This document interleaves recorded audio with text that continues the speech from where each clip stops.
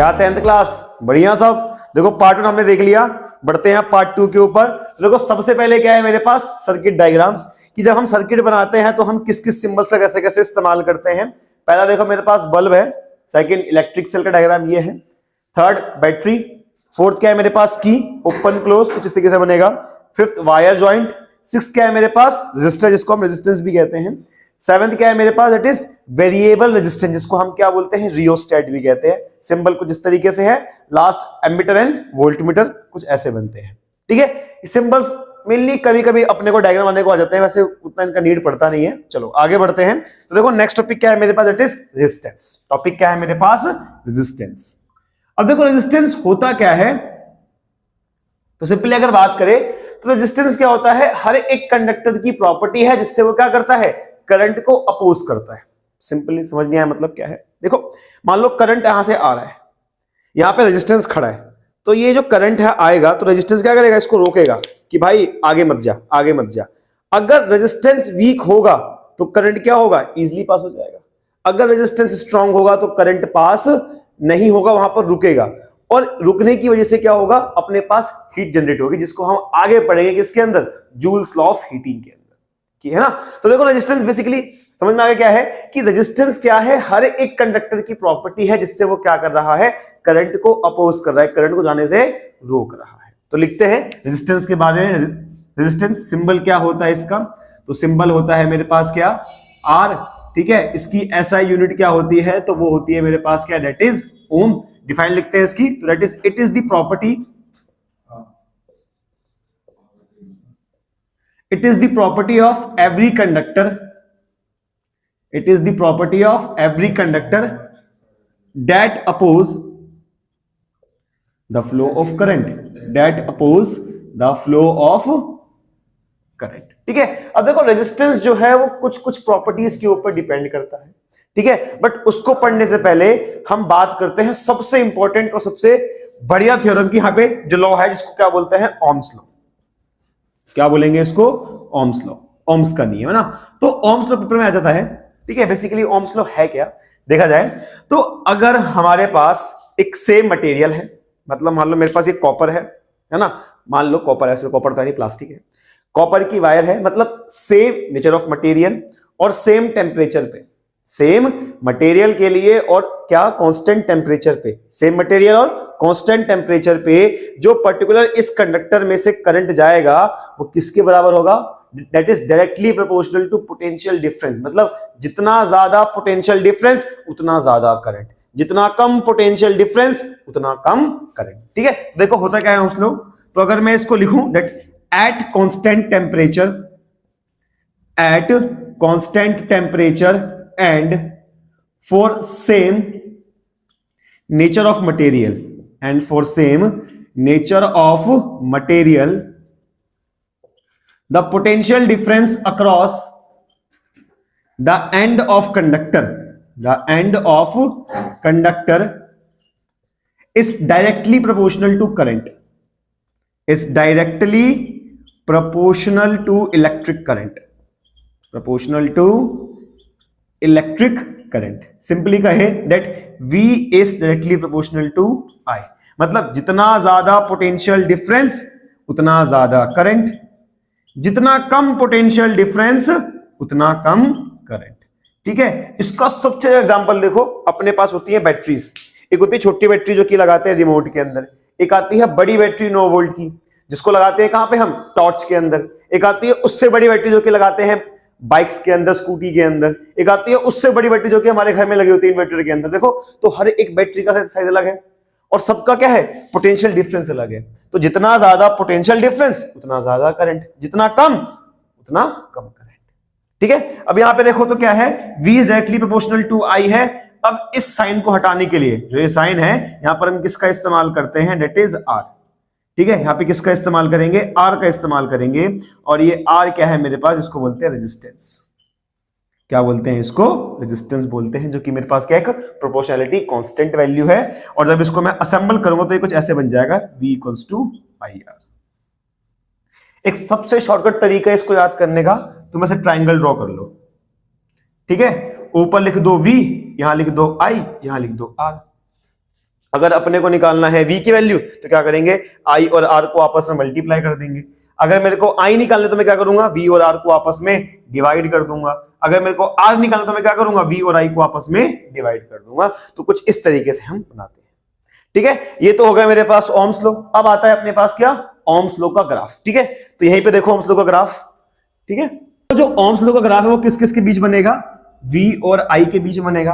तो यहां मान लो तुम कि तुम्हारे पास यहाँ पे क्या है, पोटेंशियल डिफरेंस, यहां तुम्हारे पास क्या है, इलेक्ट्रिक करंट, और कुछ भी वैल्यूज रख लेते हैं। लेट्स सपोज ये 0 है, 1 2 3 4 5 6 7, ये 1 2 3 4 5 6 7।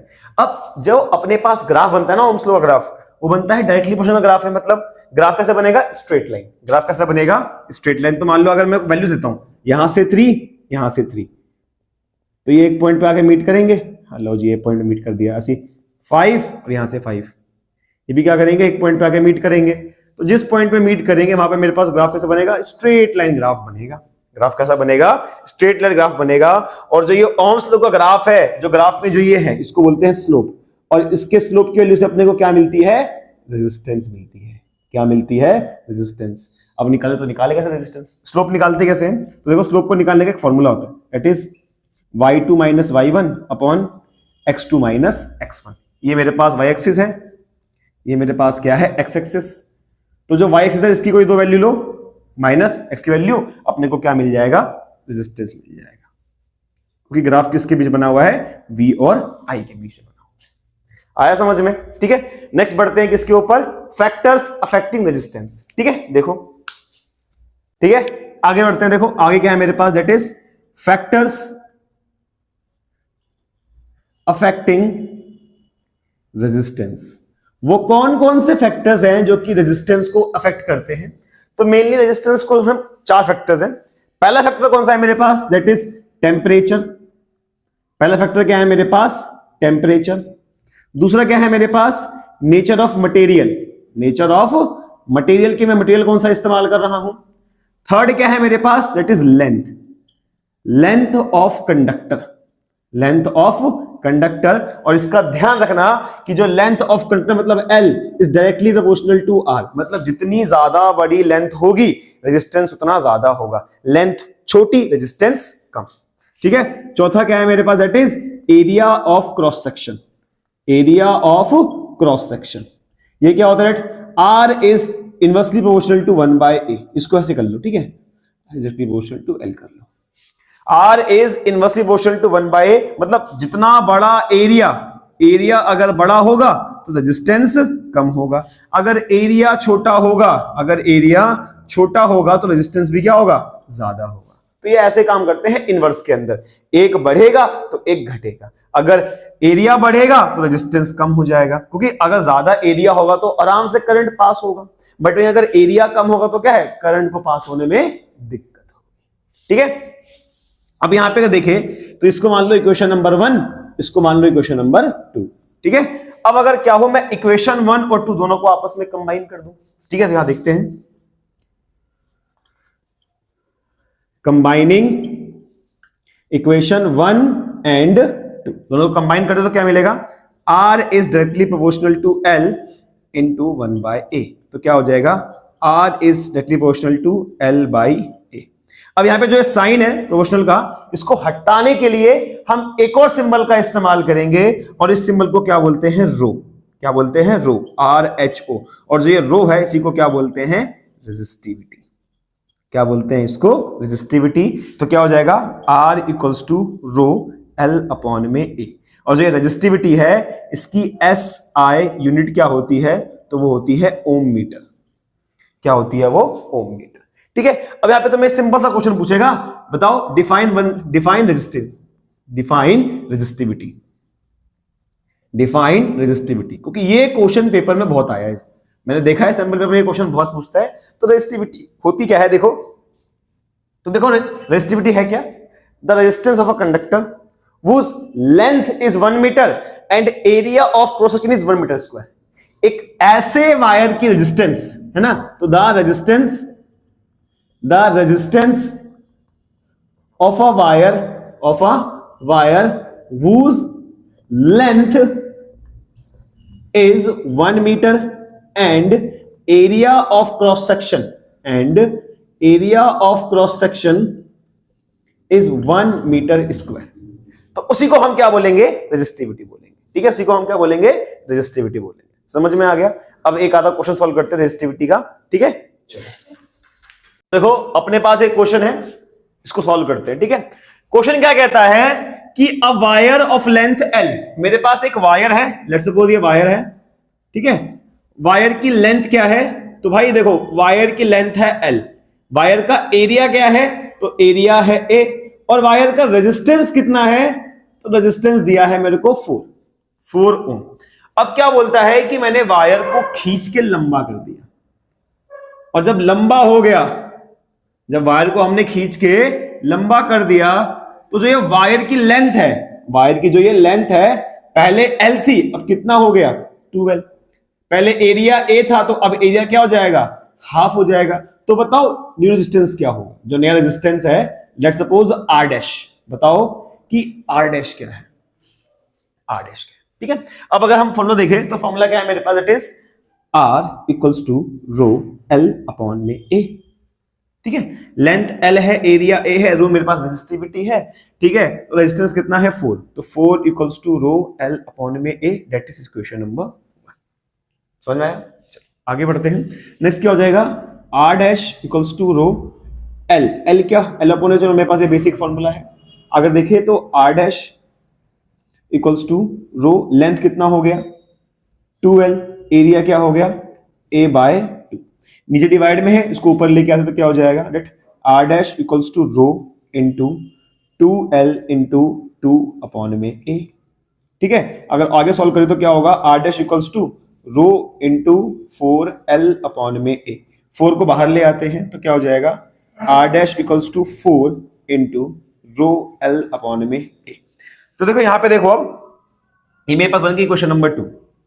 अब तुम देखोगे अगर ये रो L अपॉन A है और ये रो L अपॉन A दोनों सेम है, तो जो ये रो L अपॉन A है इसकी वैल्यू कितनी है? 4। तो मैं क्या करूंगा? इसकी वैल्यू को यहां पर प्लेस कर दूंगा, तो क्या हो जाएगा? That R dash equals to 4 into 4, that is 16 ohm. तो इट मींस जो मेरे पास नया रेजिस्टर है उसकी वैल्यू कितनी जाएगी? 16 ओम हो जाएगी। समझ में आ रहा है? चलो अब बढ़ते हैं नेक्स्ट टॉपिक के ऊपर।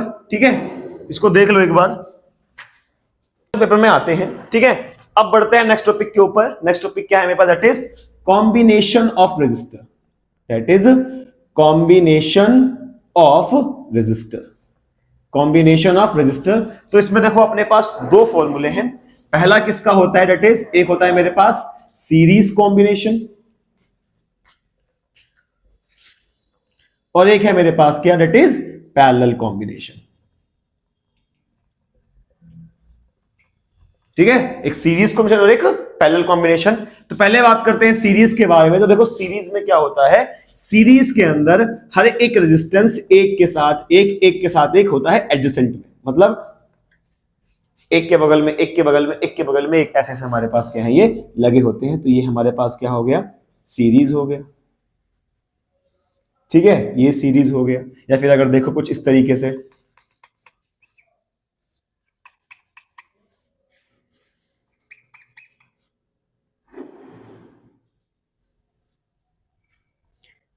ये भी अपने पास सीरीज हो गया, है ना? क्यों? क्योंकि अगर मान लो यहां से मैं ये तार खोल दूं और इसको सीधा करूं तो सीधा खिंच कैसे नहीं हो जाएगा ये?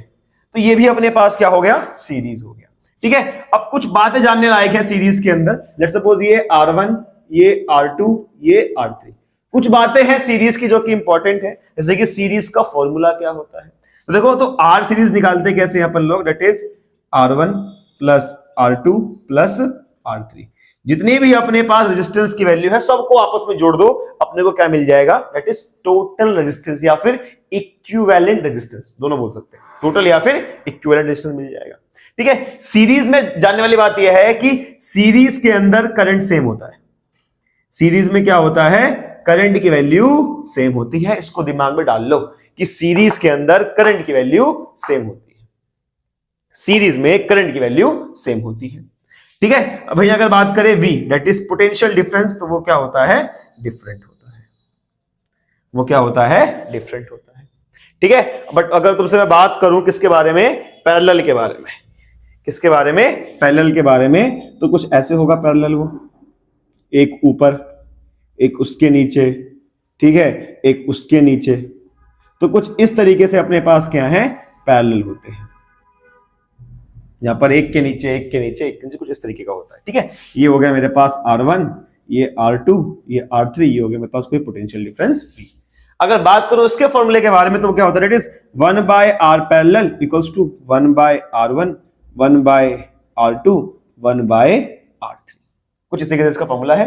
ठीक है, जब हम इसको सॉल्व करते हैं तो क्या हो कि जब ना जो भी हमारे पास लास्ट में आंसर आता है उस आंसर को फिर हम क्या करते हैं, रेसिप्रोकल कर देते हैं, क्योंकि अपने को निकालना क्या है, आरपी निकालना है, that is resistance in parallel. तो जब जो भी हमारा आंसर आएगा उसको हम क्या करेंगे, रेसिप्रोकल कर देंगे, तो हमारा क्या जाएगा, नेट आंसर निकल जाएगा। पैरेलल के अंदर क्या होता है, पैरेलल के अंदर V सेम होता है बट I क्या होता है, डिफरेंट होता है। ठीक है, अब तुमसे क्वेश्चन पूछेगा कि बताओ एम मीटर को किस पे लगाते हैं, सीरीज में कि पैरेलल में, तो एम मीटर हमेशा लगता है किसके अंदर, सीरीज में, किसमें, हमेशा सीरीज में, और वोल्ट मीटर हमेशा लगता है किसके अंदर, पैरेलल में, प्लस माइनस, ये प्लस माइनस, कुछ इस तरीके से। ठीक है, समझ में आ गया। अब कुछ इसके ना कुछ क्वेश्चन प्रैक्टिस करते हैं। ठीक है,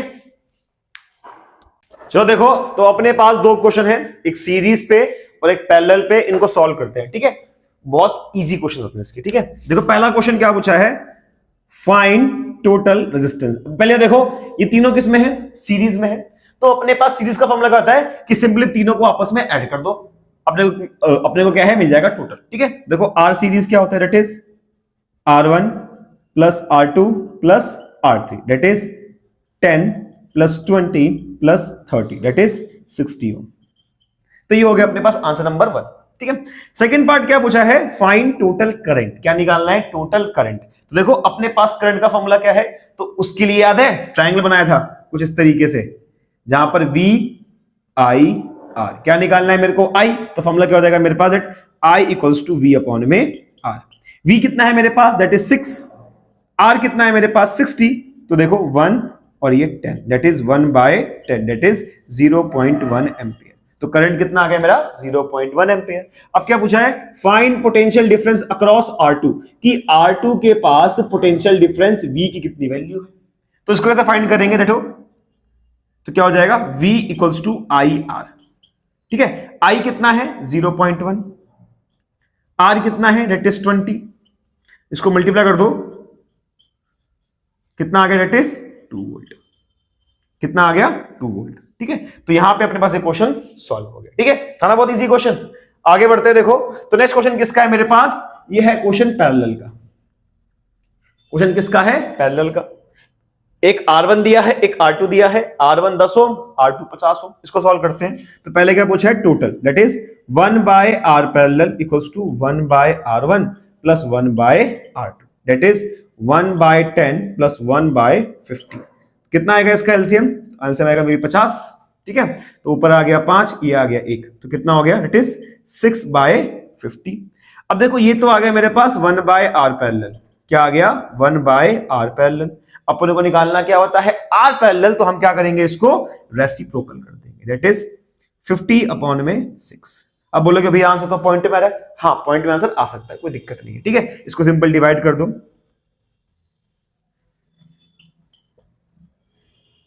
8.3, तो आरपी कितना हो गया अपने पास, दैट इज 8.3 ओम। कितना हो गया, 8.3। ठीक है, नेक्स्ट क्या पूछा है, करंट, सेम निकालना क्या है करंट, तो I equals to V upon R, I equals to V upon में R। V कितना है 10, R कितना है 8.3, that is 100 divide by 83, answer हमारा समझ कुछ आएगा 1.3 के आसपास, दैट इज 1.3 एम्पियर के आसपास। ठीक है, नेक्स्ट क्या निकालना है, I अक्रॉस R2, R2 के पास कितनी I की वैल्यू है, क्या, दैट इज थर्ड पार्ट में क्या है, I अक्रॉस R2, क्योंकि पैरेलल के अंदर करंट क्या होता है, डिफरेंट होता है, तो यहां पर I कैसे निकालेंगे, same I equals to V बटे में R। V कितना है अपने पास, सेम 10, बट यहां पर R कितना है, R दिया है 50, that is 1/5, that is 0.2 ampere, 0.2 ampere. तो यहां पे अपने पास ये क्वेश्चन सॉल्व होते हैं, इजी है ना। चलो ठीक है, तो यहां पे हम सेकंड पार्ट खत्म करते हैं, आगे बढ़ेंगे हम नेक्स्ट टॉपिक के अंदर, जहां पे हम बात करेंगे इनके भी कॉम्बिनेशन की, जहां पर सीरीज और पैरेलल दोनों को आपस में जोड़ देते हैं, और वैसे क्वेश्चन पेपर में जरूर आते हैं। ठीक है, अपने पास कुछ एक्स्ट्रा क्वेश्चन होंगे सैंपल पेपर के, जो कि उस होंगे कॉम्बिनेशन के, उसको पहले सॉल्व करेंगे, देन आगे बढ़ेंगे हम जूल्स लॉ ऑफ हीटिंग के ऊपर। चलो मिलते हैं नेक्स्ट वीडियो में, बाय।